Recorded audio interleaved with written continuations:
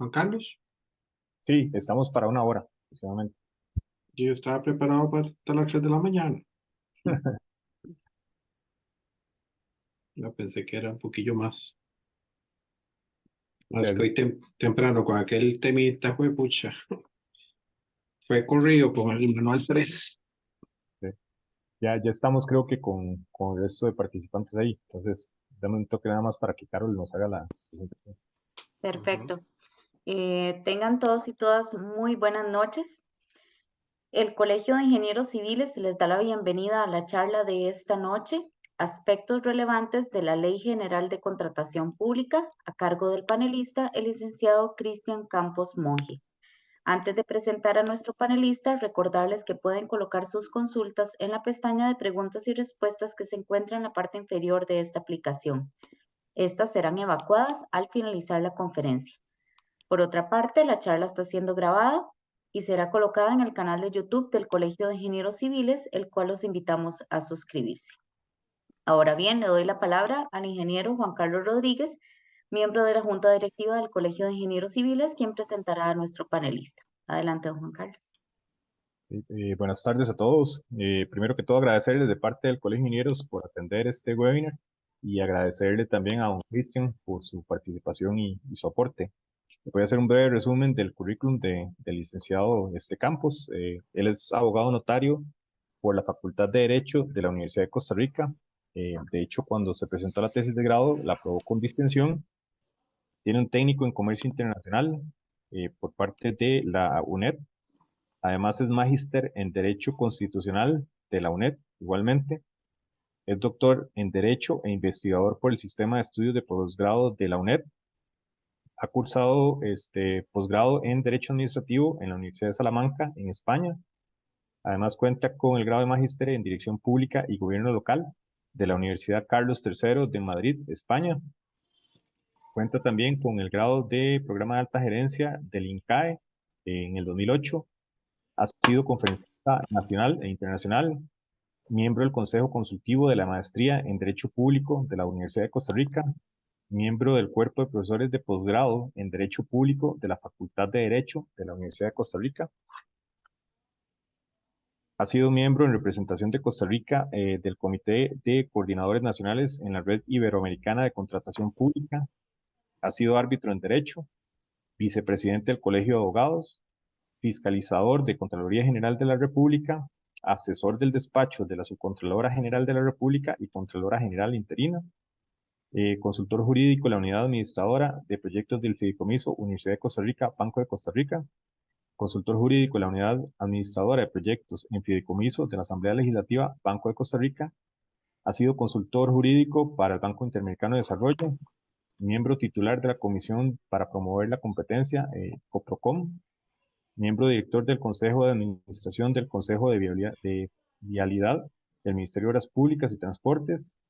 Además, ha sido presidente de la Asociación de Profesionales de Contratación Administrativa, galardonado en el 2012 con el Premio Profesional Liberal del Año, reconocimiento otorgado por la Cámara de Comercio de Costa Rica en su evento de Noche de Galardones, y actualmente es consultor consultor director, perdón, de la firma especializada CIC Consultores Asociados desde el 2008 hasta la fecha. Entonces, les damos de nuevo las buenas tardes, agradecimiento, y le damos paso a don Cristian para que nos haga la presentación. Bueno, ¿se escucha bien el audio? Ok, y la presentación se observa. Ok, perfecto. Bueno, de esa hoja de vida, nada más corregir el dato del Consejo de la Maestría en Derecho Público, que hace algún tiempito dejé de apoyar en esa comisión. Todo lo demás es así. Bueno, primero, pues agradecer al Colegio de Ingenieros Civiles, a su dirección y a la directiva por la invitación que se me ha hecho para poder compartir esta hora algunos pormenores de un cambio de marco general de contratación pública bastante fuerte que ha recibido nuestro país y que pues nos coloca ante un reto importante con respecto al antes y a la ahora. yo siempre he pensado que, si bien es cierto, las normas ayudan, eh, la, la, la gestión de la obra pública, la gestión de la contratación pública, tiene una alta dosis de actitud. Por un lado, podemos llamar eso profesionalización de la gente, en ambos sentidos, ¿verdad? Hay mucho proveedor del Estado que es de machotero, por decirlo de alguna forma, que es bueno para estar cuestionando los pliegos de condiciones simplemente para ver en cuál de todas logra algún resultado solamente pensando en su interés, evidentemente privado. No es que esté mal, pero es que también hay que hacer un esfuerzo por entender que los pliegos de condiciones tienen ante todo el compromiso de ir a satisfacer una necesidad de carácter público, tienen que ser muy buenos pliegos de condiciones que inviten a la competencia, eh, y de ese tipo de actitud, y ni qué decir de la parte del funcionario público, ¿verdad? Que encontramos también mucha gente en los cargos públicos que muestran un alto desconocimiento de las regulaciones. Pues bueno, eso no es un tema de normas, ¿verdad? Eso es un tema de actitud, de profesionalización de la gente. Y creo yo que realmente cuando hemos tenido que criticar la gestión pública y las normas de la contratación pública, alguna parte de la culpa no es porque el marco legal sea deficitario, porque no permita hacer A, B o C, sino porque tenemos gente, funcionarios, jerarcas, administraciones públicas que carecen de esa profesionalización y por lo tanto, pues, estando las figuras, estando las herramientas, no las aprovechan de buena forma. Entonces, vamos a pasar revista de algunos temas importantes. La ley es muy extensa, la ley tiene muchos artículos, el reglamento ni para qué. Y de cada capítulo de la ley podemos hacer bien una semana de capacitación, ¿verdad? Bueno, el programa experto de contratación pública que hacemos desde el instituto de profesionalización toma varios meses para poder graduar a una persona en un grado técnico experto, ¿verdad? Y eso es muestra de que la materia es densa y más un marco jurídico que nos trae, ¿verdad? Nos importa una serie de mejores prácticas, pues que son eso, son caminos por donde ya algunos países han pasado y han encontrado que son buenos resultados los que se obtienen y por lo tanto Costa Rica pues está entrando a hablar de contratación innovadora, de contratación estratégica, de procedimientos de pago por desempeño, pago por resultados, pago por uso, eh, y así otra serie de cosas que podemos comentar durante esta sesión. Eh, no vamos a extender mucho esta parte introductoria, simplemente saber que la ley se suma a una historia de regulaciones que Costa Rica tiene, no muy vieja, ¿verdad? Si bien es cierto, podemos decir que desde el 49 la Constitución Política consagró el principio y el artículo que dice que las compras del Estado tienen que hacerse mediante concursos de acuerdo con la ley en cuanto al monto respectivo, pues esa constitución política realmente se nos quedó como muerta una buena cantidad de años, aunque la ley de administración financiera del año 51 tenía unas normas de cómo hacer operativo la compra estatal, era muy básico, muy conservador. Es realmente hasta el 77 que se emite un reglamento que a la postre se convirtió en algo así como la ley de la contratación pública desde el 77 hasta el año 96, que es cuando realmente entra en vigencia la entonces ley de contratación pública hoy derogada. Entonces, tuvimos un reglamento por un buen pedazo de la historia del país que era la Biblia de la contratación, como los procedimientos, eh, los plazos, y bueno, viene ya después el año 94 y finalmente se tramita del 94 al 96 el proyecto de ley de la primera ley, finalmente dedicada 100% a la contratación pública, ley que a lo largo de su tiempo, de su vigencia, desde el año 96 hasta el año 2006, que es cuando se hace una gran reforma a esa ley, tuvo muchos baches, ¿verdad? Muchos remiendos.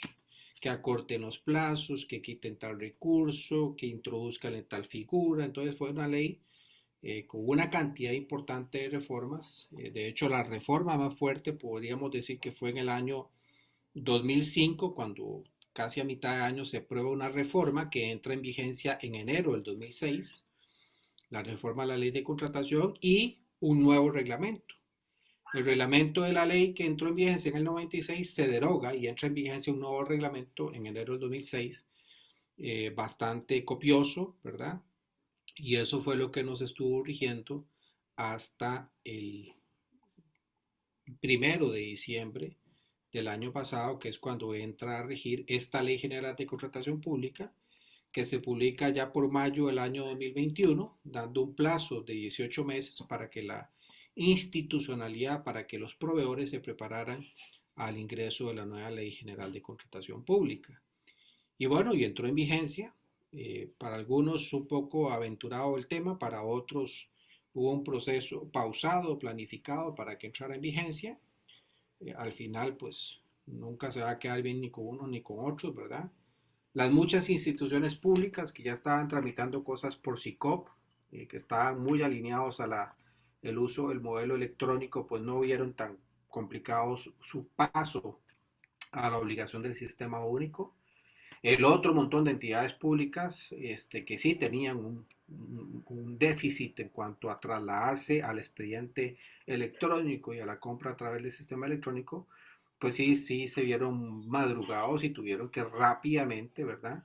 Entrar a un proceso de capacitación, de prepararse a un proceso bastante diferente a lo que se venía haciendo. Pues bueno, entró en vigencia, hubo intentos de tener su entrada en vigencia, pero no hubo venia sobre eso política y finalmente logramos que entre en vigencia. Ya estamos aquí, ¿verdad? 29 de agosto 2023 y una ley que lleva ya varios meses, con bastante ignorancia, desconocimiento, errores, ¿verdad? Que se han venido cometiendo, pero de nada va a ser perfecto. Siempre que hayan manos humanas detrás de la aplicación, hay una exposición al riesgo y en este caso, si a eso se le suma un alto contenido de déficit en cuanto al tema de la profesionalización de la gente, pues bueno, esperemos tener un poco de paciencia, tolerancia, ojalá que no sea mucho, para que la gente vaya tomándole precisamente conocimiento, perfección a la aplicación de las regulaciones. Pues bueno, eso también se une a que nosotros, como país, teníamos también enfrente el compromiso con la OCDE y contratación pública, pues como muchos sectores del Estado costarricense no salieron muy bien calificados por la OCDE. La OCDE nos dijo que teníamos un verdadero reto en contratación pública, ¿verdad? La ley, de hecho, el proyecto de ley finalmente termina por vencer algunas resistencias que habían. Había gente que decía que nada más era un tema de reformar la ley. La gente ignorante, pues que acorten plazos, que quiten recursos en Contraloría, como si ahí estuviera el frío, y el frío nunca ha estado en esos temas, ¿verdad? Los problemas de la contratación, ya decía yo por dónde creo que están. Y bueno, finalmente los actores políticos finalmente se convencen de que muy guiados por los informes de la OCDE, las mejores prácticas internacionales, pues bueno, que lo correcto era avanzar eh, hacia un proyecto de ley integral, reforma integral de la contratación pública. Y es que cuando la OCDE nos comenta, ¿verdad?, que hay países OCDE que están hablando de cerramiento de brechas, que están hablando de controles previos menos, entrabantes o menos inteligentes, ¿verdad? Sino que pasar a un sistema un poco más de confiar en la institucionalidad pública, que sean los responsables de hacer la gestión de la contratación pública, pues bueno, uno empieza a entender por qué es que esos consejos y esas recomendaciones tenían que considerarse en esta idea de una reforma de ley integral, ¿verdad? Un cambio de ley integral. Y bueno, eso es lo que sucede.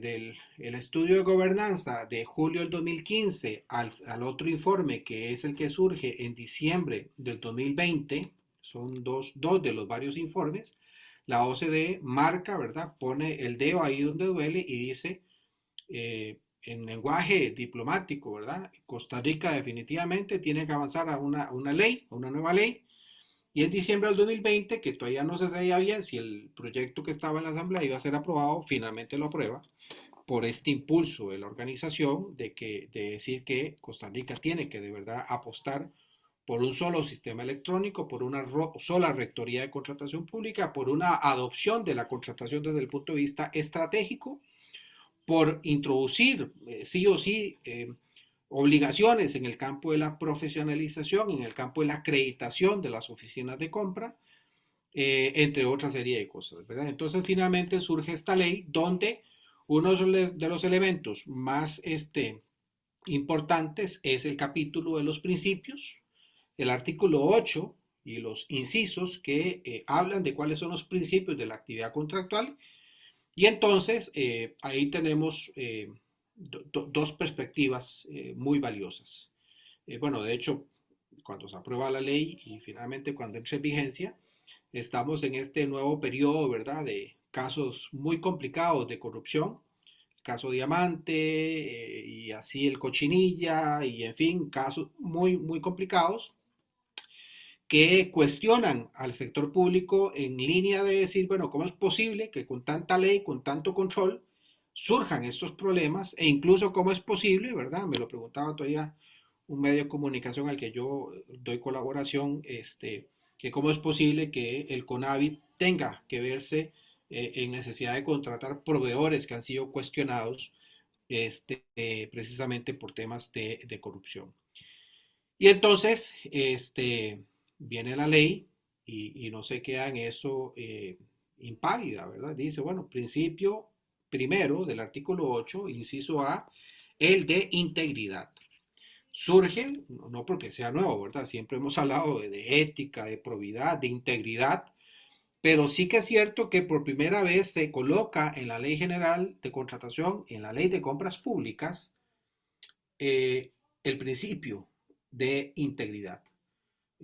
Ahí está el deber de probidad, la ley contra la corrupción, sí, pero en la contratación pública el principio de integridad, pero no solamente era, ¿verdad? Como sucede, poner el principio, porque principios podemos colocar, bueno, hay muchas empresas y muchas entidades públicas tienen un catálogo de conductas, un código de conducta, y eso termina siendo letra muerta porque no hay un más allá de una serie de enunciados.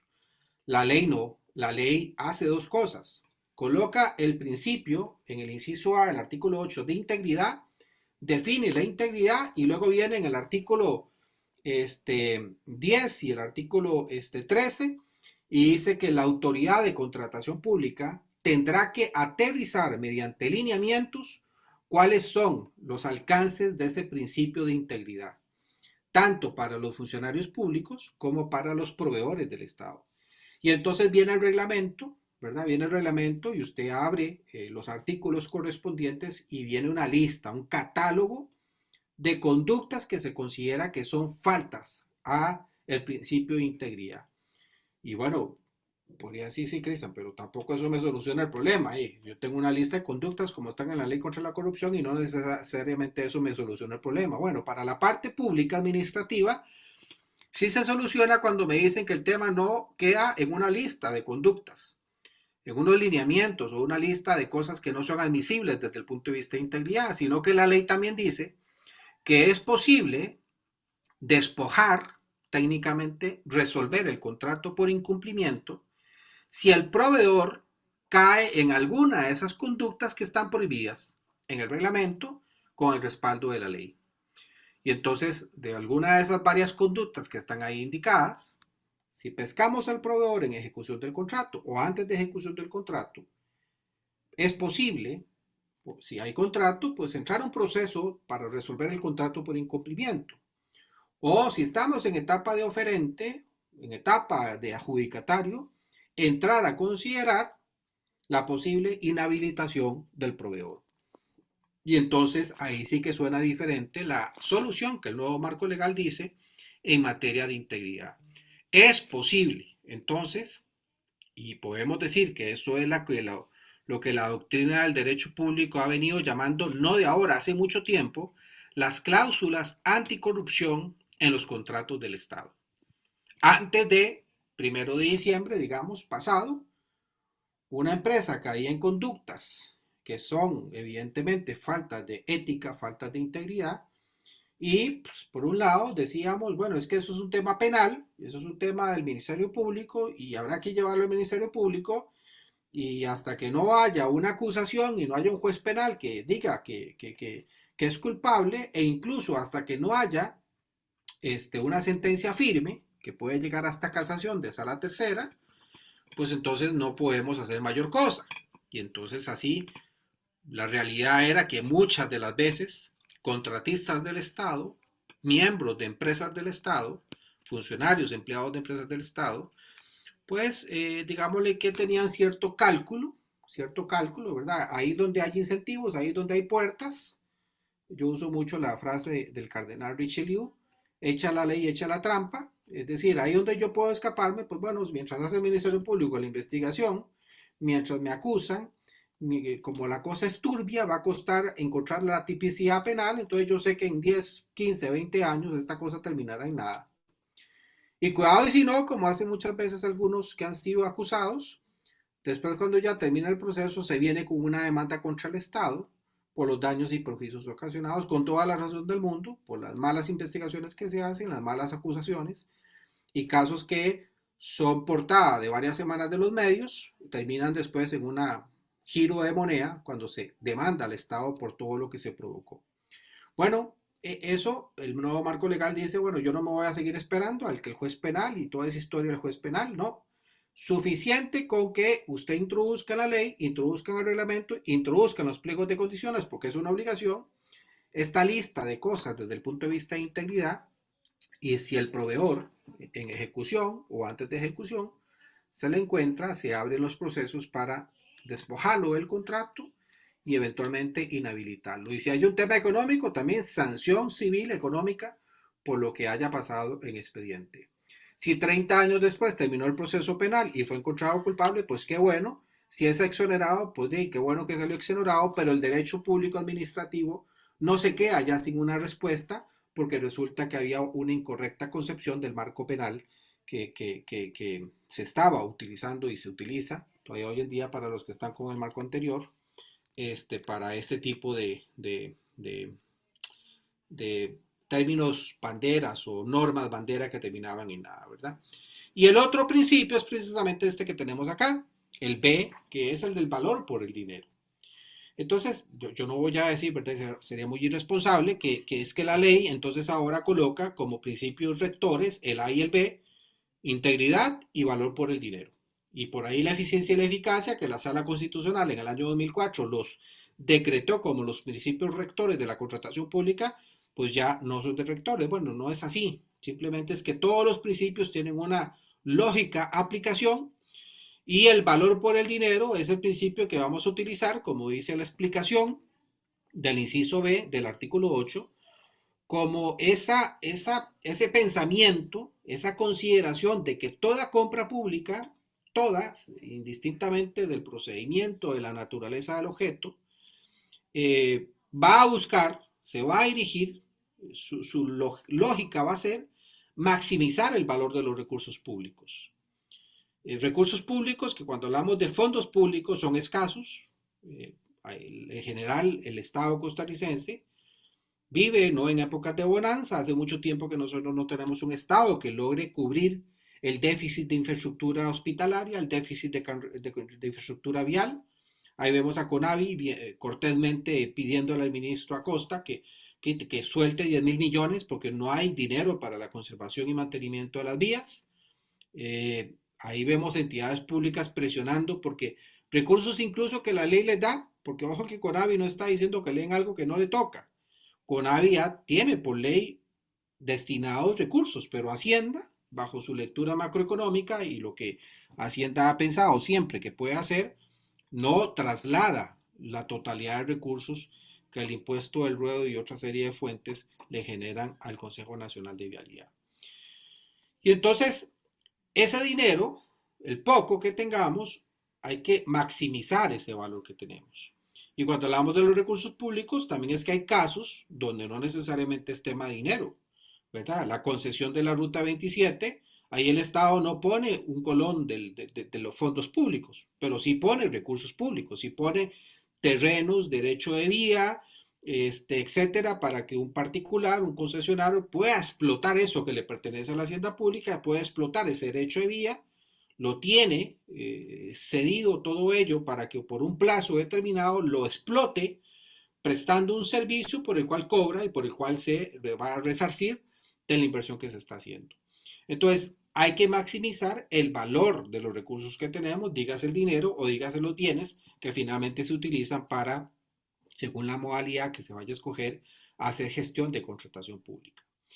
Y esos recursos públicos que hay que maximizarlos en su uso, resulta que debe hacerse con un enfoque de gestión por resultados. Y entonces la contratación pública ya no es simplemente yo hago un pliego de condiciones, abro ofertas, adjudico, me entregan, reviso que todo esté bien, doy la recepción definitiva, pago y una lógica, ¿verdad? Un ciclo automático que no necesariamente estaba resultando, ¿verdad? Estaba provocando que hubiera un estudio, una planeación, una proyección de la contratación pública, cómo poder hacer un análisis, una valoración de gestión por resultados de la contratación pública. En muchos casos tal vez cuesta hacer esa valoración de gestión por resultados, pero cuando usted está hablando de contrataciones de, de servicios que se tienen que prestar a la gente, de equipos que se tienen que comprar para que precisamente se pueda lograr el servicio que se está ocupando, cuando hablamos de pacientes que ocupan medicamentos que le hagan efecto terapéutico y resulta que usted simplemente compra y no se está fijando si los medicamentos provocan los resultados que dice el dossier y yo le pago al proveedor siempre y cuando vea que hay resultados, ¿verdad? Cuando la caja ha comprado medicamentos diciéndole al proveedor, yo le pago una parte, pero se me aguanta un tiempo porque voy a ver si los medicamentos empiezan a contestar en los niveles de sangre, los efectos de efectividad, eficacia sobre el tratamiento que se supone que va a hacer, a ver si lo que usted dice en los papelitos es real en la vida real de los pacientes. Y si da es real y si me logra los resultados que usted dice en el papelito, resulta que yo le pago por los resultados que estoy obteniendo y los fondos públicos ahí con mucho más inteligencia puedo decir que se están destinando porque no es un pago de que recibo de una vez y listo, ¿verdad? Sino que yo pago por resultados. O lo que se ha venido haciendo desde el programa del MOP apoyado con GIS, que es en algunas municipalidades, en algunos casos muy concretos, hablar ya de contratación de conservación y mantenimiento de vías bajo niveles de servicio, ¿verdad? Valorar bien que efectivamente de una colocación de capa asfáltica usted la ve preciosa la primera semana.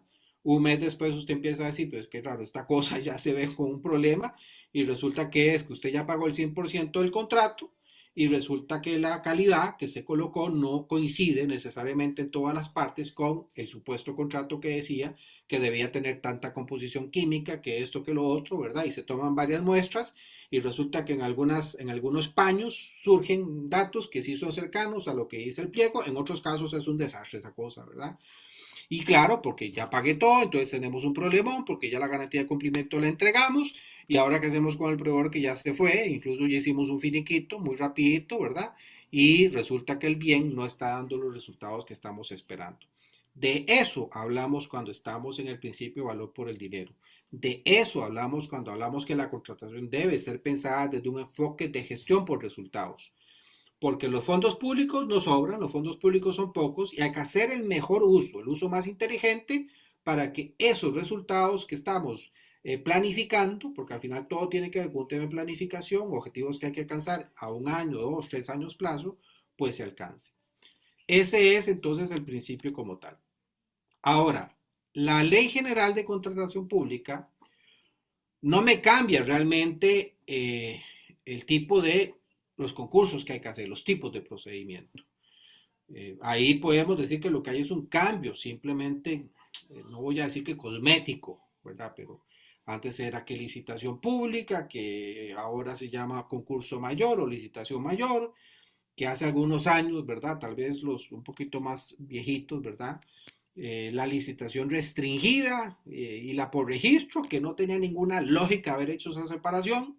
Por muchos años tuvimos eso de restringida y por registro, y se unen después a la abreviada y ahora resulta que se llaman, siguiendo un poco más el lenguaje de los bancos multilaterales, ¿verdad? Los nombres que hoy se usan en la nueva Ley General de Contratación tienden a ser muy parecidos a lo que las buenas prácticas de los bancos multilaterales de la Comunidad Europea, de los países OCDE, han tenido regulados en sus marcos legales: concursos mayores, concursos menores, licitaciones reducidas.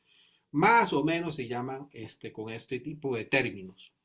Entonces podríamos decir que hemos optado por llamar a los procedimientos ordinarios, muy parecido a como en los países se ha venido generando reformas y cambios a la forma de hacer los procesos de contratación pública. A mayor cantidad de dinero, concurso mayor, licitación mayor; a menor cantidad de dinero, licitación reducida. Donde hay más riesgos va a haber más controles, eso no cambia. Seguimos teniendo una Contraloría General que va a entrar a revisar por objeción al pliego o por recurso a apelación esas licitaciones mayores, refrendos de contratos también, siempre y cuando la cuantía corresponda a llegar al refrendo de contrato. Y luego de ahí para atrás, de ahí para abajo, por decirlo de otra forma, el Estado propiamente, la administración propiamente, asume directamente la responsabilidad de que el tipo de procedimiento escogido, de que los pliegos de condiciones estén bien redactados. Sí hay que decir que hemos introducido en los pliegos de condiciones el recurso de objeción al pliego en la licitación reducida, que en la práctica realmente se daba, porque la gente lo que hacía era presentar una solicitud de aclaración en aquellas contrataciones de escasa cuantía, que en el fondo era una objeción al pliego y que finalmente lograban algunos resultados positivos, ¿verdad? Entonces, en los tipos de procedimientos ordinarios, todos sin excepción, hemos introducido el régimen recursivo de objeción al pliego y recurso de apelación o revocatoria según el caso. Y en la parte de refrendo, que realmente esto es relativamente reciente, fue ahora en julio que la Contraloría publica la gran reforma al reglamento de refrendo de los contratos públicos. Pues bueno, es una lista bastante cerrada de los contratos que Contraloría sigue viendo, las licitaciones mayores, siempre y cuando el monto le vaya a dar, eh, y otros 2 o 3 contratitos muy particulares que el órgano controlador va a revisar. El resto se descansan en la propia administración pública para que haga su aprobación interna o el refrendo interno que se delega. Y otro montón de contratos. Por ejemplo, ustedes recordarán que antes teníamos una serie de mecanismos de control. Cuando usted quería comprar un bien inmueble, como entidad pública tenía que pedir una autorización a la Contraloría General de la República. Cuando usted estaba ante una situación de urgencia, tenía que pedir una autorización a la Contraloría General de la República. Cuando usted tenía que pasar de un procedimiento más riguroso a uno menos riguroso porque fracasó el primero, pues usted tenía también que ir a pedir a la Contraloría autorización. Y así otro buen poco de cosas fueron cambiadas a que se descanse más en la responsabilidad de la administración pública. Por aquí no voy a abusar de lo que ya más o menos hemos venido conversando: los tipos de procedimiento ordinarios. Hay 3 categorías de procedimientos con la nueva ley: los 3 ordinarios que ya hemos mencionado, los procedimientos extraordinarios, que solamente son 2, el remate y la subasta inversa electrónica. Y luego tenemos los procedimientos especiales, el de urgencia, el de bienes inmuebles y los de servicio en competencia. De esos, el que realmente entró de último a la idea del proyecto de ley es la sección tercera del capítulo cuarto, servicios en competencia, porque que los bancos, el INS, la misma caja que tiene un tratamiento particular, el ICE, las empresas de telecomunicaciones, pues presionaron mucho al supuesto DIME, ¿verdad? De que como están en competencia deben tener un tratamiento especial. Pues bueno, la verdad es que yo nunca he entendido eso, ¿verdad? Porque tan urgente es satisfacer al usuario común de bienes el tratamiento de basura, que eso no está en competencia. Bueno, yo no lo sé, creo que para la competencia para mí tiene que ver con que la gente necesita que el día a día el Estado le cumpla con servicios de altísima calidad y no solamente decir que estas instituciones que tienen que competir entonces deben prestarle servicio a sus usuarios bajo un régimen de competencia, entonces se justifica quitarle una serie de controles que esencialmente lo que podemos decir que la sección tercera gana es que objeciones al pliego, recursos de apelación o refrendo de contratos no van a la Contraloría General, sino que eso descansa en la propia institución pública, ¿verdad? Eh, Se gana ahí, pues bueno, podríamos decir que se gana que no voy a la Contraloría, entonces me gano que un órgano tercero imparcial no me haga una revisión objetiva, más objetiva, porque hay que reconocer, ¿verdad? Que lamentablemente muchas de las veces en las entidades públicas que son a su vez juez y parte, la probabilidad de que le den razón a un objetante o a un recurrente revocatoria, bueno, tiene que haber una buena capacidad ética de integridad del funcionario público, que tenga la capacidad de ejercicio independiente de su trabajo y que no le importe decir internamente a sus compañeros de trabajo, bueno, compañeros, lo siento mucho por los 6 meses que ustedes han venido trabajando en este proceso, pero voy a declarar con lugar la revocatoria contra el acto final, y no solo eso, encontré un vicio grave desde la decisión inicial y voy a pedirles que este proceso mejor lo declaren desierto porque hay una nulidad absoluta de este procedimiento, ¿verdad? Ese tipo de cosas, usted, por lo menos yo, nunca he visto en mis casi 24 años a un funcionario público, una entidad pública que le diga a sus compañeros de trabajo, independientemente, con un ejercicio independiente que lo tiene que hacer.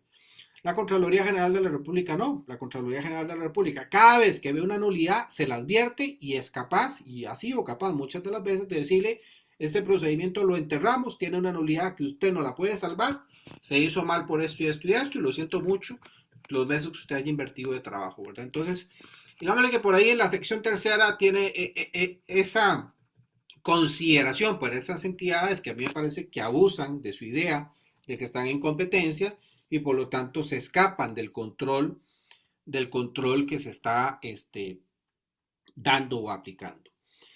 Los otros es, por ejemplo, la urgencia, que ciertamente la urgencia se ha decretado como un procedimiento, primero, que también era un sinsentido, ¿verdad? Cuando hay una urgencia, usted tiene que ir a la Contraloría General de la República. Muchas de las veces, cuando a mí me tocó ver algunas urgencias en la Contraloría General, sobre todo de medicamentos, yo decía: pues Dios, persíneme aquí porque yo no voy a ponerme a revisar folios de folios de folios, porque esto urge y hay que autorizarlo hoy mismo en la tarde, ¿verdad? Decía muchas veces, ¿verdad? Era muy incómodo, temas muy delicados, sobre todo cuando venían temas de huracanes y esto, y entraban escritos con una situación súper grave y súper delicada. La Contraloría, pues básicamente es: bueno, yo le autorizo la urgencia, pero usted es responsable de todo lo que ahí pase. Yo lo que he visto es esto y esto y esto, pareciera que hay justificación, pero al final le recuerdo que usted es el último responsable, que es usted apegado a la ética y a la responsabilidad. Y por esa lógica es que la urgencia ya deja de ir a la Contraloría General, el jerarca de la propia institución tendrá que asumir la responsabilidad, tendrá que justificarlo, y si el día de mañana por ahí hay una puertita para empezar a hacer cosas que no son correctas, la Contraloría General, el Ministerio Público, la Auditoría Interna, etcétera, abrirán los procesos de rigor para que esto se investigue. Claro, ahora tenemos una herramienta potente, ¿verdad? Y es que absolutamente el 100% de la actividad contractual se hace en SICOP. Y usted puede ver de forma directa, ¿verdad? Usted puede entrar y mirar de forma directa qué está pasando con cada urgencia que se decreta. La posibilidad de hacer una urgencia fuera de SICOP debe ser doblemente justificada, pero la regla es que se haga todo por SICOP, porque no hay excusa de que hacerlo por el sistema electrónico atrasa, todo lo contrario. Más bien, hacerlo por el sistema electrónico beneficia, porque es más fácil poder encontrar proveedores, es más fácil poder hacer el procedimiento, adjudicar, hacer contratos, etcétera, ¿verdad? Y el otro de la sección tercera, en los procedimientos especiales de los bienes inmuebles, que ahí está el arrendamiento o la compra de bienes inmuebles. Cuando una entidad pública ocupa un terreno o un edificio, porque ahí va a trabajar, ocupa trasladarse, ocupa alquilar, pues bueno, si es un alquiler lo puede hacer de forma directa, y si es una compra del bien, incluso aunque no esté construido, resulta que ya ahí no hay que ir a la Contraloría, sino que se hace de forma directa ante la propia institución pública. Y bueno, los servicios de competencia. Luego vienen los 9 tipos de contratos que se han regulado. Podemos decir que realmente aquí en ningún caso hay novedad. En ningún caso hay novedad. Lo que sí hay que reconocer es que después de que tener que armar un muñequito con varios pedazos de diferentes lados, ahora todo está concentrado en una sola ley. Pero el contrato de fideicomiso, por ejemplo, hace años que existe. Era un Frankenstein un poco extraño con resoluciones, lineamientos, decretos. Usted tenía que armar un contrato de esta naturaleza viendo varias fuentes normativas. Ahora ya no. Ahora ya están los fideicomisos públicos regulados en el capítulo sexto de este título tercero de la Ley General de Contratación Pública. El tema de los ordenamientos operativos, tanto el operativo o el financiero, ¿verdad? Que son diferentes. Eso también, había un reglamentito y había una serie de pautas, habían algunos criterios de Contraloría, entonces usted más o menos lograba saber de qué era cada cosa, pegando partes, como un rompecabezas. Ahora en la ley y el reglamento se regula ampliamente en el capítulo cuarto esta modalidad de contrato, el operativo o el financiero. Y entonces lo que hemos ganado acá es que se ha recogido en un solo texto normativo los diferentes tipos de contratos. Podemos decir que obra pública, suministro, donación, realmente estaban regulados. Arrendamiento operativo y financiero y el fideicomiso, no. Ahora sí los hemos introducido acá. Aquí me parece que dentro de las cosas que hay que reconocer, y yo creo que celebrar, es haber introducido en la Ley General de Contratación Pública los fideicomisos, que realmente han venido de más a menos, ¿verdad? Nacieron como una figura potentísima, siempre se han vendido como la figura para hacer las cosas más expeditas, hacer las cosas con gente que sí sabe, y realmente los fideicomisos que han sido exitosos en este país, yo no conozco uno solo que lo haya hecho en el tiempo que juro que lo iba a hacer, sin sobrecostos y sin pegar a cada rato en la pared porque lo objetan los pliegos de condiciones o le impugnan los actos finales, ¿verdad? Y tan mal ha sido la cosa en varios fideicomisos que creo que se han ganado un premio, que es que se regulan en la Ley General de Contratación Pública, y no solo eso, todos los controles previos de objeciones de pliego, recursos contra el acto final, este, están regulados, ¿verdad? Entonces, cuando antes la Contraloría había dicho por interpretación de principios que le tocaban los regímenes recursivos, ahora ya la ley es muy clara en decir que los fideicomisos, pues al final se han venido convirtiendo y son ahora un contrato más que tiene todos los mismos controles previos que antes era como el plus con el cual iban a las entidades públicas a convencerlas y a enamorarlas de que hicieran fideicomisos porque no habían recursos, porque no había que ir a nada a la Contraloría, porque todo era muy rápido y no, eso no ha sido de esa forma. Y bueno, ahí está entonces todas las modalidades de contrato que se regularon.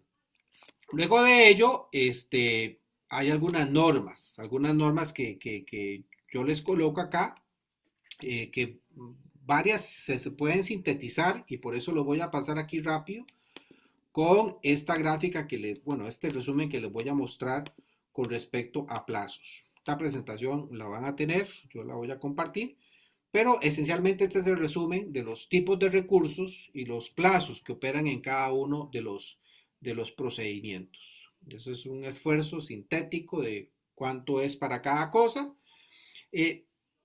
¿Ganamos en tema de plazos? Vea, yo les puedo decir que realmente no ganamos.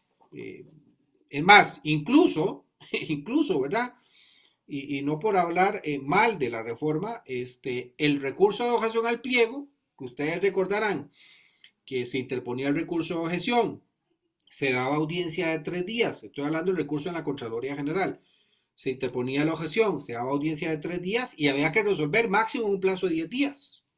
10 días que terminaban siendo 13 días porque se tomaban 3 días para comunicar la resolución, pero era un plazo máximo de 13 días en un recurso de objeción de un pliego de condiciones de una licitación pública.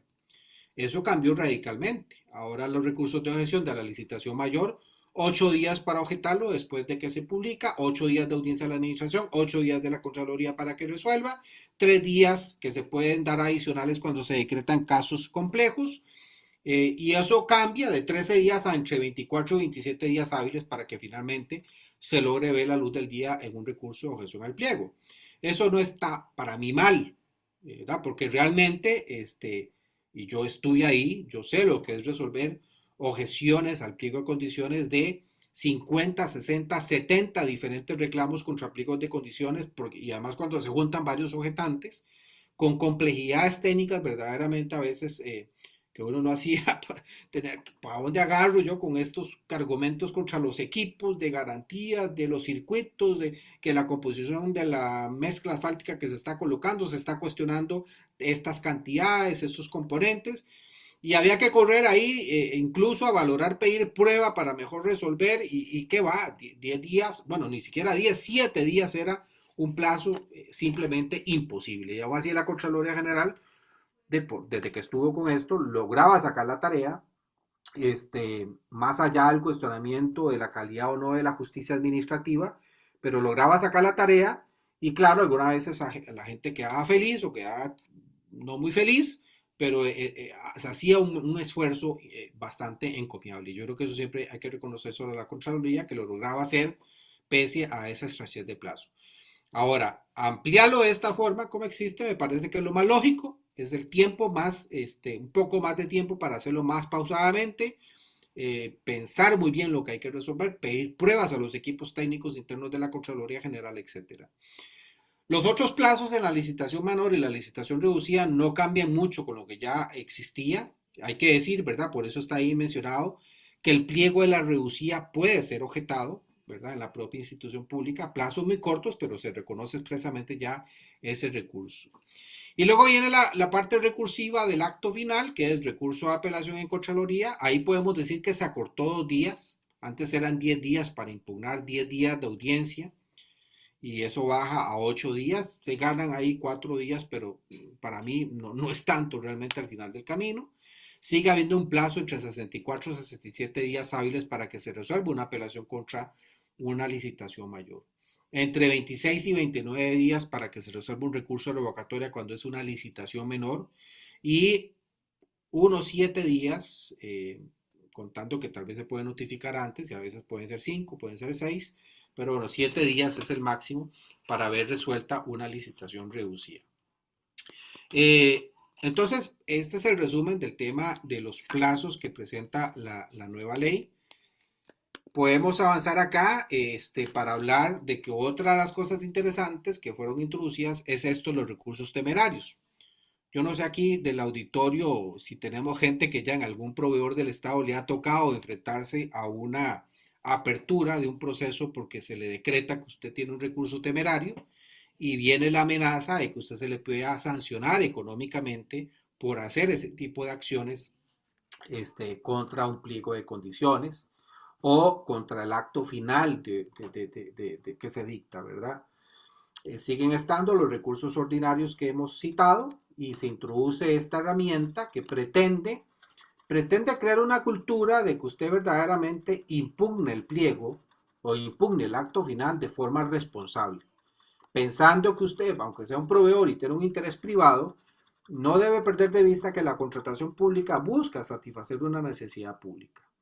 Y si usted tiene el chance de objetar el pliego, pues objete el pliego, pero no venga a tratar de hacer lo que no hizo, porque no quiso objetar, hacer o tratar de hacerlo cuando se dicta el acto final, porque resulta que alguna cláusula considera usted que tiene un trato ventajoso.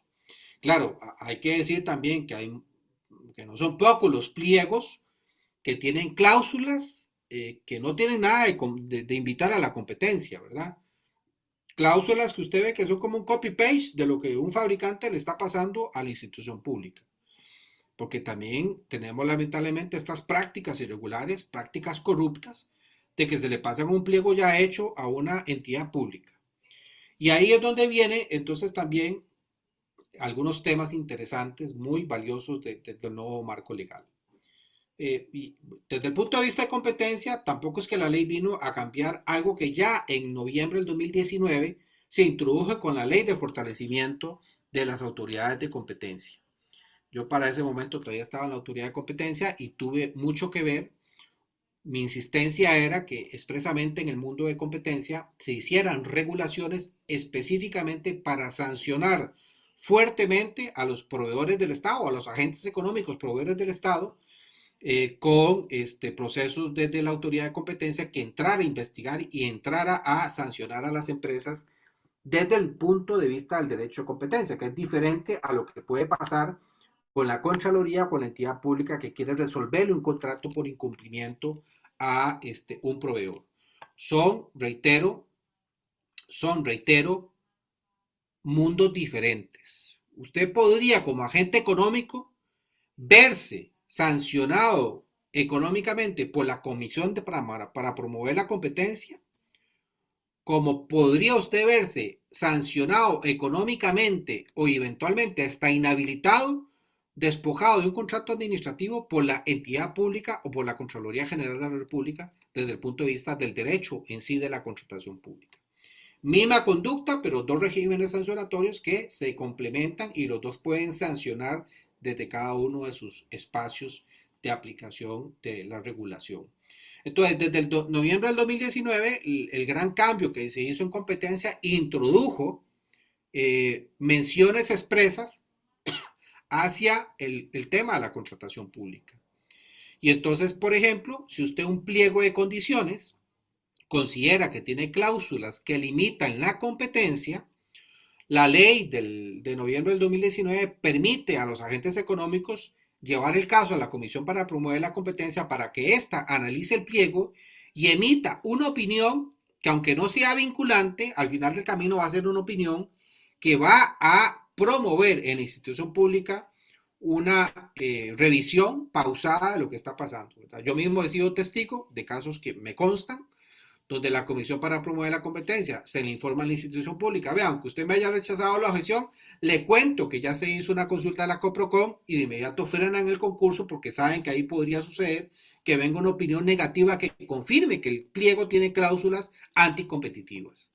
Y ahí podrían tener un tema de responsabilidad el funcionario que, sabiéndose que hay una nota, una investigación, un proceso de análisis por la Comisión para Promover la Competencia, sobre todo el funcionario que sabe que está rechazando la gestión simplemente por mantener una línea de favorecer a un determinado proveedor, ese funcionario, cuando se da cuenta que se ha hecho la consulta a la Coprocom, mete un poco las barbas en remojo y dice: suave, mejor aquí me voy a cuidar, voy a anular el procedimiento. Y yo mismo he sido testigo como una entidad pública, no va a reconocer que realmente se está viendo contra la espada y la pared y simplemente aparece en SICOP concurso se deja sin efecto, concurso retirado.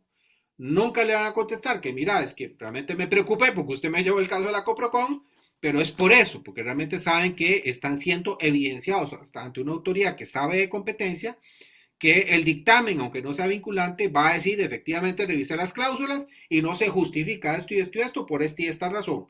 Esa es una forma indirecta que no tiene el mismo resultado de la objeción al pliego de condiciones, porque la Contraloría General sí le va a decir: ordeno que se modifique el pliego, y la administración lo tiene que hacer. Eso no lo logra la Comisión para Promover la Competencia, pero sí que logra resultados importantes desde la abogacía de competencia porque hace ver que los pliegos están mal confeccionados. Y bueno, por ahí otra serie de normas que son importantes de tener presente, bueno, los aspectos de los recursos, eh, mantener los temas de allanamiento, bueno, aquí están los porcentajes de la sanción por recurso temerario, el procedimiento que está previsto para decretar al proveedor que ha presentado un recurso temerario, por aquí los plazos, esto no es nada diferente de lo que ya he mencionado, y una rápida mención en estos 3-4 minutos que quedan de algo que a mí me parece que es fenomenal, ¿verdad? Porque a los que trabajamos mucho en la parte de la obra pública, resulta que la nueva Ley General de Contratación Pública nos contesta regulatoriamente una serie de problemas que han pasado a lo largo de la historia. Primero, que la contratación, ya vimos que me introduce el tema de la contratación estratégica, el tema de la planificación, y eso lo vemos mucho más reflejado en el artículo 37, que es el que regula la decisión inicial.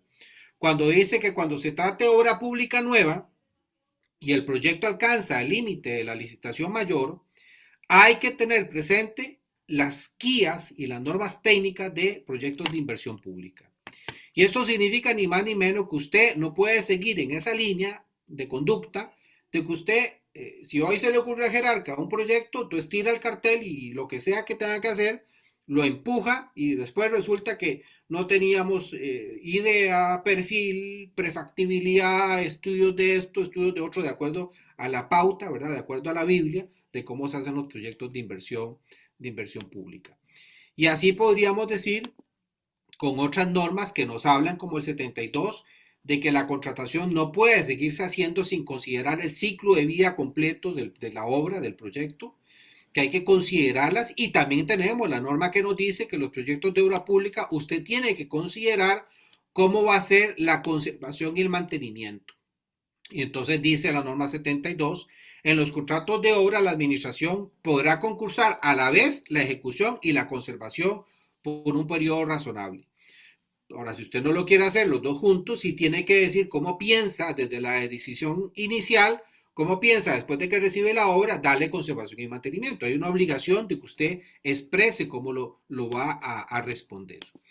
Y por lo tanto aquí, pues yo nada más les mencionaba aquí en las diapositivas, pues toda esta lógica de los proyectos de inversión pública. Podemos decir que hay un correcto engarce, una perfecta armonía entre las normas de contratación pública, y que ese problema de planificación, de falta de permisos, de falta de expropiaciones, de falta de esto, falta lo otro, podríamos decir que las normas permiten ir creando esta nueva cultura de que en contratación pública usted, cuando tira la decisión inicial, debe ser muy consciente de que tiene que decirlo, y tiene que de una vez dejar en blanco y negro si le está faltando estudios ambientales, si los diseños hay que reformularlos. Bueno, póngalo ahí, diga cómo se va a hacer, qué funcionarios son los responsables de hacerlo, en qué plazo lo va a hacer, para que usted, mientras tramita todo el proceso de la contratación, llega el momento en que finalmente diga, ya tengo esto, ya tengo lo otro, ahora sí ya estamos completos para poder adjudicar y para poder dar orden de inicio al proveedor que se haya seleccionado. Aquí yo cito las normas del decreto de proyectos de inversión pública. Todo esto, reitero, engarza completamente con la reforma o la nueva ley general de contratación pública. Y bueno, llegaba la hora, pues agradecerles por el espacio.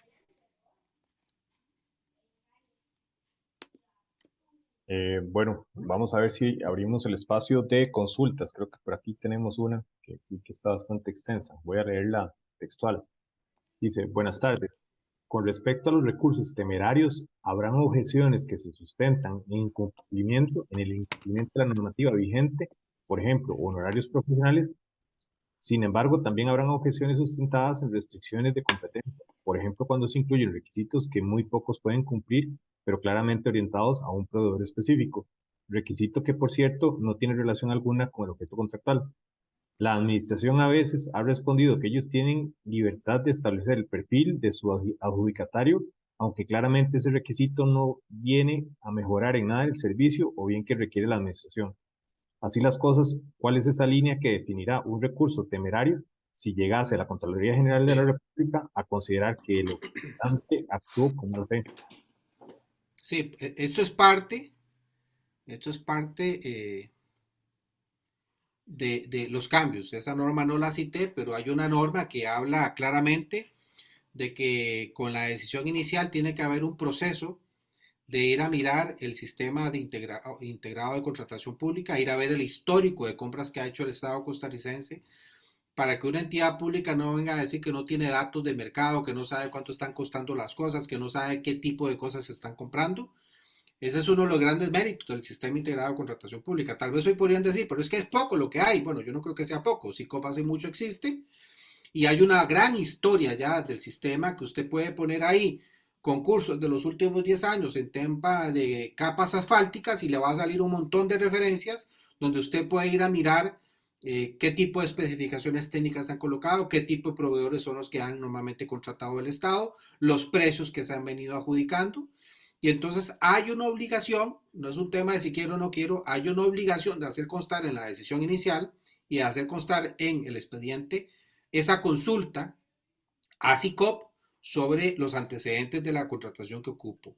Y cuando no haya referencias, hay una obligación de hacer un estudio de mercado para lograr detectar qué es lo que el mercado me puede ofrecer, qué tipo de precios me puede estar ofreciendo, y con eso respaldar la decisión inicial. Ahora, eso no nos va a curar, eso no es la vacuna que le evita ese padecimiento.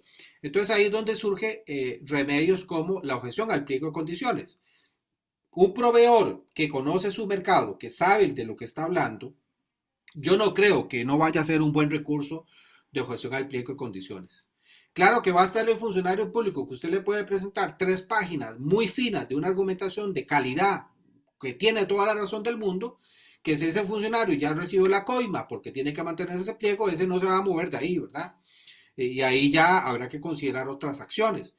Pero el común de los funcionarios, digamos que hay gente ética en el sector público, hay funcionarios muy íntegros, y cuando encuentran un escrito que verdaderamente están poniéndole un argumento técnico que los hace pensar y los hace ver que hay un riesgo de generar una barrera de entrada, pues eso los va a llevar a dar audiencia y a declarar con lugar el recurso de objeción o el recurso contra el acto final. Un recurso bien motivado, eso sí, hay que saber preparar bien los recursos, no esas cosas que vemos que simplemente objeto la cláusula tal y por qué, y porque lo objeto. No, cuando uno objeta, aquí estamos hablando entre gente que sabe, ¿verdad? Profesionales que saben. Cuando usted tiene que redactar un argumento técnico para demostrar o tratar de demostrar por qué esa cláusula no le ayuda a la competencia, tendrá los argumentos para hacerlo. Y cuando eso es así, yo no veo a la Contraloría ni veo a la Administración capaz de decir recurso de objeción temerario. Porque el recurso temerario es básicamente el recurso que usted cuando lo lee, usted sabe que tiene mala fe, que simplemente lo está haciendo para ver cómo complica el procedimiento, no hay argumento, no hay fundamentación. Ese recurso temerario, digámosle que es de muy fácil constatación, es de muy fácil observancia. Y también es cierto que a los funcionarios públicos hay que recordarles que la nueva ley expresamente tiene en los lineamientos de integridad la advertencia de que si un pliego de condiciones pone una barrera de entrada, que es una cláusula que impide la competencia, y eso se le logra demostrar porque la Coprocon así lo concluye, o porque la Contraloría así lo concluye, o un juez penal o un juez contencioso así lo concluye, eso automáticamente se convierte en la base para entrar a un procedimiento sancionatorio contra el funcionario responsable que hizo esa cláusula que es una barrera de entrada. Entonces, digámosle que hay un marco bastante amplio que nos permite pues, movernos un poco más holgadamente sobre este tipo de cosas. Yo tenía una duda, bueno, vamos a leer otra por aquí que tenemos. Ok, parece que muy claro.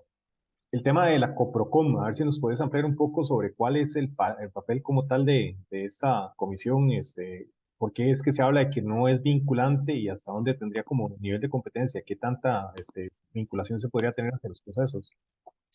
Sí, la Coprocon es la autoridad de competencia del país. La Comisión para Promover la Competencia tiene independencia técnica, funcional, administrativa. Es la reforma del año 2019.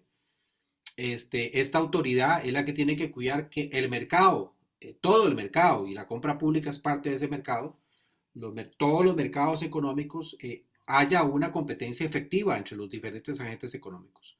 La comisión es la que va a estar cuidando que los proveedores no se pongan de acuerdo para manejar precios, se distribuyan el país, en fin, hacen prácticas que en nada le ayuda a la eficiencia de los mercados. Y los consumidores ocupamos que los proveedores estén en constante lucha, rivalidad, porque en el tanto haya rivalidad y no hayan empresas que se ponen de acuerdo, ¿verdad? En el tanto haya rivalidad, los que ganamos somos nosotros, los usuarios, los consumidores.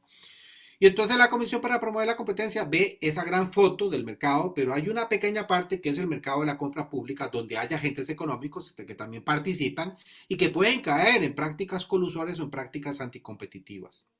La Comisión, sea mercado de la compra pública o sea el mercado como un todo, el mercado privado, si encuentra que las empresas están cayendo en conductas anticompetitivas, entra a investigar, les abre procedimiento. Si logra demostrarle que estaban en una conducta anticompetitiva, lo sanciona y las sanciones económicas son severas desde el punto de vista de la autoridad de competencia. Ahora, desde el marco de la contratación pública, es que la reforma del 2019 introdujo que como parte de la abogacía de competencia, la Comisión para Promover la Competencia, si usted le manda una cláusula, un pliego y mire, es que yo quiero que me dé su opinión porque siento que estas cláusulas están dirigidas a este tipo de tecnologías, a este tipo de proveedores, la comisión va a entrar y con los expertos en competencia puede llegar a concluir que efectivamente estas cláusulas del pliego no invitan a la competencia y lo que hacen es generar una barrera de entrada que no se justifica. Y eso va a ayudar, tal vez no para resolver el caso concreto, pero va a ir generando una cultura de competencia para que luego, más adelante, le hagamos ver a una entidad pública que no puede seguir haciendo pliegos de condiciones desde esa errada concepción del pliego de condiciones. Esa es la Comisión para Promover la Competencia. Ahora, la Comisión para Promover la Competencia se ha metido en casos de contratación pública. Por ejemplo, hace no mucho tiempo, empresas del sector de telecomunicaciones se pusieron de acuerdo para no ofertarle al Instituto Costarricense de Electricidad ante una licitación pública que había hecho. ¿Verdad? Y claro, pues usted dice, pero ¿cómo fue que los pescó? Pues bueno, ese tipo de cosas son muy ingenuas. Le mandaron una nota firmada al entonces presidente del ICE, y le dijeron, nosotros y todas las empresas nos hemos puesto de acuerdo, ¿verdad? No lo dicen así, pero bueno, no le vamos a ofertar. Eso es un acuerdo colusorio. Agentes que deberían tener competencia entre ellos, rivalidad, se ponen de acuerdo para decirle a un agente económico que quiere comprar, no le vamos a vender. Y la comisión entró y sancionó, y esa sanción quedó firme, sancionó a las personas físicas como sancionó a las empresas proveedores que se pusieron de acuerdo en no querer ofertar. Ese tipo de cosas hace la Comisión para Promover la Competencia. Uh-huh. Ok, de acuerdo. No sé si alguno de los participantes tenían alguna consulta adicional. Y de antemano también creo que un punto importante ahí sería ver si nos puedes compartir también la presentación y tal Sí, vez lo que vamos a hacer es que en el momento que se hace el ingreso, se hace el registro con el correo electrónico. Entonces creo que nosotros tenemos la posibilidad de compartir esa presentación entre los participantes porque creo que en mucho es porque el tema es bastante específico, es bastante amplio, ¿verdad? Como tal. Entonces creo que pueden surgir bastantes dudas posterior a la revisión de la presentación como tal. ok, no, con gusto, yo se las mando en un momento para Ok, que la compartan. gracias. Por aquí tenemos otra pregunta, creo. Dice, en alguna oportunidad una institución comentó que tenían preferencia por un proveedor específico en virtud del servicio al cliente. Em, es como un comentario, me parece. No está como tanta pregunta, pero no sé si te puedes referir con respecto a eso. Bueno, vamos a ver. Yo creo que todos, al final, como seres humanos que somos, usted tiene una buena experiencia de servicio al cliente y usted, si ese proveedor tiene un buen love market desarrollado, pues probablemente usted quiera seguir yendo ahí, ¿verdad? Donde le tratan bien, el trato es muy cálido, etcétera. Lo que pasa es que cuando usted hace el pliego de condiciones, usted no puede recordar esa experiencia personal o esa experiencia buena, positiva de la entidad pública. El pliego de condiciones, aunque el que yo tengo me está haciendo un excelente servicio, no puede hacerse pensando en que se siga. El pliego de condiciones tiene que proponer cláusulas objetivas, cláusulas que le den valor agregado y cláusulas que inviten a la competencia. Porque ese que está ahí, que tal vez tiene 1 año, 2 años, 3 años de estarme dando el servicio y yo estoy muy feliz, puede quedarse ahí tranquilo, durmiendo tranquilamente en que por si el que sigue va a ser para mí y ya no me voy a esforzar en hacer más calidad, ya no me voy a esforzar en esto o lo otro. Ese es el terrible problema de no poner cláusulas y pliegos de condiciones que inviten a la competencia. Que los que tienen secuestrada a la administración, los que le han venido dando el servicio, logran persuadir de tal forma que se genera una relación viciosa que no invita a mejorar constantemente el servicio, los bienes que se compran, las contrataciones que se compran. Entonces, el pliego tiene que salir y ese que está ahí dice, a la puñeta, están pidiendo más esto y más lo otro. Y sé que en el mercado hay 2 o 3 más que pueden competirme y eventualmente voy a perder el contrato. Entonces voy a ofrecer esto otro, voy a bajar el precio acá, voy a competir porque quiero mantenerme acá, ¿verdad?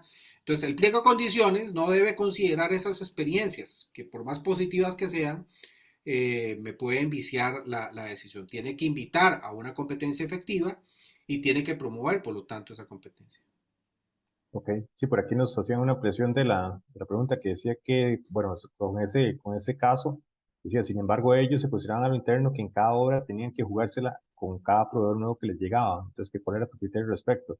Yo ampliaría también el sentido de que creo que el hecho de la elaboración de los términos de referencia realmente es un arte, porque esa buena experiencia se puede traducir como una forma de valoración o una evaluación, pero tiene que tener como que unos criterios que sean fácilmente vamos a ver, como que calificables, creo, para poder comparar y que que realmente se puedan promover la competencia. Me parece que podría ser como en esa línea también. Bueno, pero es que también ahí, siempre hay algún riesgo, ¿verdad? Hacer un buen pliego de condiciones también significa que yo tengo que poner aquellos mínimos que me den una seguridad razonable de que no llega cualquier Juan Vainas, ¿verdad? A ser mi contratista. Hay que poner algunas condiciones mínimas que sean lógicas, razonables y que se puedan defender ante un recurso de objeción, ¿verdad? Justificadamente. Entonces ahí vamos a poner mínimos de experiencia, mínimos de capacitación, mínimos de esto, lo otro, ¿verdad? Tampoco es que el pliego tiene que ser completamente abierto, porque un pliego completamente abierto me abre el riesgo a que tenga una mala experiencia de un proveedor.